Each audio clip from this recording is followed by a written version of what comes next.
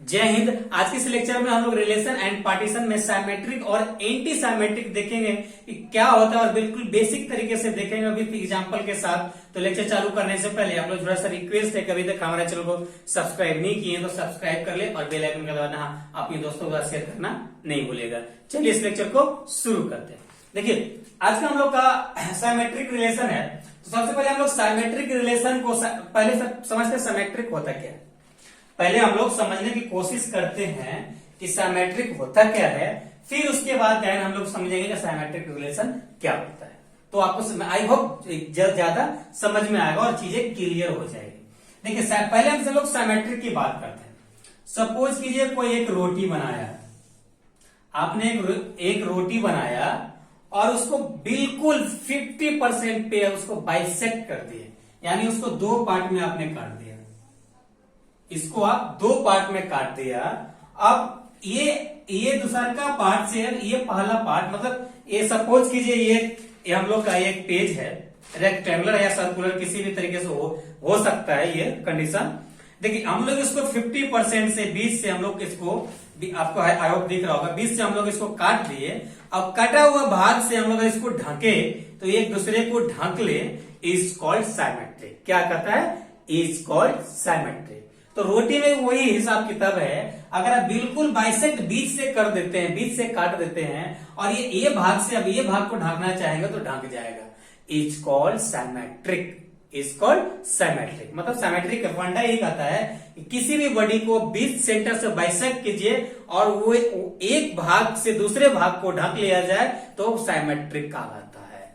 अब हम लोग समझेंगे साइमेट्रिक रिलेशन क्या होता है, तो आपको ज्यादा क्लियर होगा। देखिए इसका डिफिनेशन कहता है a relation R on a set A is said to be symmetric।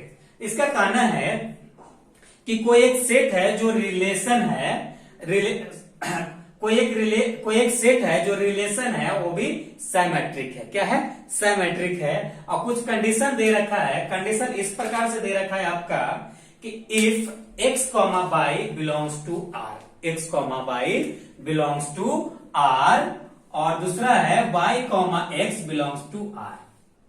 अब यहां समझ गए कि मतलब एक वैसा रिलेशन पहला एलिमेंट अगर x, y है तो उसका उल्टा रिवर्स भी एलिमेंट उसमें होना चाहिए, y, x। That is symmetric relation. I hope आपको क्लियर हो गया होगा। वेयर और x, y सेट A से बिलोंग करेगा और इसी चीज को हम लोग इस तरीके से भी लिखते हैं, ये दोनों चीज को। ओके, तो आई होप आपको साइमेट्रिक रिलेशन तो समझ में आ गया होगा। चलिए अब इसका कुछ एग्जांपल देके हम लोग समझने की और कोशिश करते हैं। सपोज कीजिए हम लोग इधर से एग्जांपल देखते हैं। सपोज फॉर एग्जांपल सपोज कीजिए कि आपके पास कोई एक सेट है, सॉरी सेट की बात नहीं करते। सपोज कीजिए पहला कोई आपके पास कोई एक रिलेशन है R1 और कोई इस प्रकार से कोई एक एलिमेंट आपके पास 1, 2 और 2, 1 और 3, 2 और इधर लिख देते हैं 2, 3। क्या ये साइमेट्रिक रिलेशन है? तो साइमेट्रिक रिलेशन का क्या कंडीशन कहता है? कंडीशन ये कहता है अगर पहला एलिमेंट है तो उसका रिवर्स एलिमेंट भी होना चाहिए। चलिए हम लोग चेक करते हैं। और ये 1, 2 है। क्या है? 1, 2। इसका रिवर्स क्या हो जाएगा? 2, 1। 2, 1 यहाँ पे है, राइट। फिर दूसरा एलिमेंट है 3, 2। अब इसका रिवर्स क्या हो जाएगा? 2, 3। तो ये रिलेशन हम लोग का क्या है? साइमेट्रिक है। साइमेट्रिक है। ये रिलेशन हम लोग का साइमेट्रिक रिलेशन कहलाएगा। ओके, चलिए अब सपोज कीजिए कि ये सेट ए के कोई एक ए सेट दे रखा था हम लोग को, 1, 2, 3 था एलिमेंट इसका। और इसी सेट को अगर आप कार्टेशियन प्रोडक्ट निकालना चाहते हैं, कार्टेशियन प्रोडक्ट निकालने के बाद आप पूछ रहे सर क्या ये कार्टेशियन प्रोडक्ट साइमेट्रिक है? तो बिल्कुल है। आप इसको साइमेट्रिक सॉरी इसको कार्टेशियन प्रोडक्ट आप निकाल कर देखिएगा, हर एक एलिमेंट का रिवर्स एलिमेंट आता है। हर एक एलिमेंट का रिवर्स एलिमेंट आता है, इसीलिए यह साइमेट्रिक रिलेशन है। तो कार्टेशियन प्रोडक्ट हमेशा सिमेट्रिक रिलेशन कहलाता है, यह ध्यान रखिएगा। अगर इसी में एम्प्टी रिलेशन आ जाता है, एम्प्टी रिलेशन आ जाता है यानी वॉइड रिलेशन आ जाता है, तो ये भी सिमेट्रिक रिलेशन कहलाता है, क्योंकि इसमें कुछ है ही नहीं, तो इसका उल्टा कुछ नहीं, मतलब जीरो को उल्टा जीरो, यानी जीरो से जीरो को ढक रहा है, तो सिमेट्रिक होगा। ओके, तो ये सिमेट्रिक है। ओके, चलिए अब सपोज कीजिए कोई दूसरा एक एग्जांपल हम लोग लेते हैं। Example number 4, relation 4। सपोज कीजिए यहाँ पे आपको 3,2 है और 3,3 है, सॉरी 2,3 है, और यहाँ पे 1,2 है, 1,2 है। तो क्या ये सिमेट्रिक है? तो हम लोग कंडीशन फिर चेक करेंगे। देखिए 3,2 इसका रिवर्स क्या होगा? 2,3 ये है। 1,2 इसका रिवर्स क्या होगा? 2,1। इसमें एलिमेंट है? नहीं है, तो ये आपका सिमेट्रिक रिलेशन नहीं होगा। क्या नहीं होगा? सिमेट्रिक रिलेशन नहीं होगा। अब सपोज कीजिए एग्जांपल नंबर 5, रिलेशन नंबर 5, यहीं पे अगर इस प्रकार से दिया होता,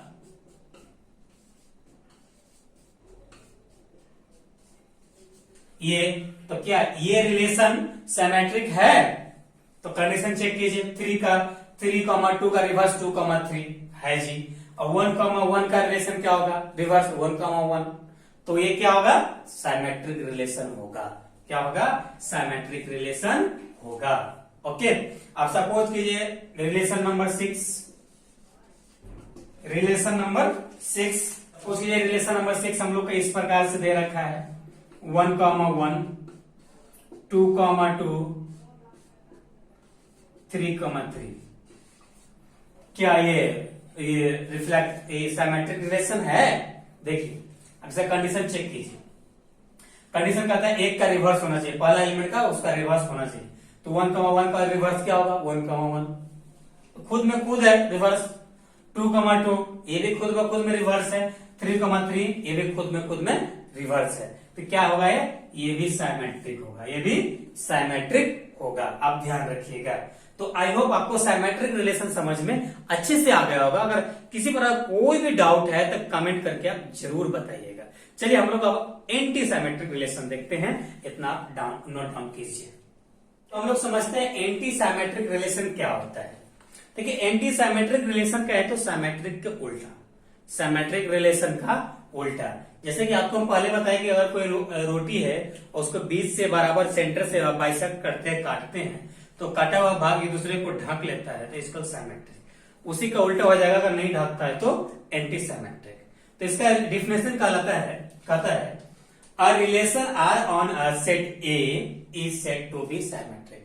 ये कहता है कि कोई एक सेट ए का रिलेशन आर है, वह एंटी सिमेट्रिक है। क्या है? एंटी सिमेट्रिक है। और कुछ कंडीशंस इसका है, x, y belongs to R यानी relation, and y, x belongs to R। तो आपको यहां तक तो चीजें आपको सेम लग रहा होगा, यहां तक के चीजें तो आपको सिमेट्रिक की तरह लग रहा होगा।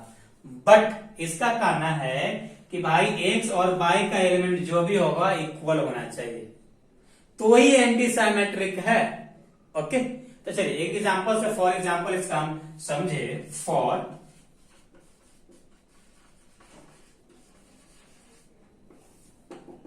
फॉर एग्जांपल कोई एक सेट ए है आपके पास 1,2,3। ओके, तो देखिए सबसे पहला रिलेशन R1 की बात करते हैं। अगर आपका इसका कार्टेशियन प्रोडक्ट निकालते हैं तो क्या एक एंटी सिमेट्रिक रिलेशन होगा? तो आपको याद होगा हम लोग जब कार्टेशियन प्रोडक्ट निकालते हैं तो वो इक्वल वाला भी एलिमेंट आता है, बिना इक्वल वाला भी आता है।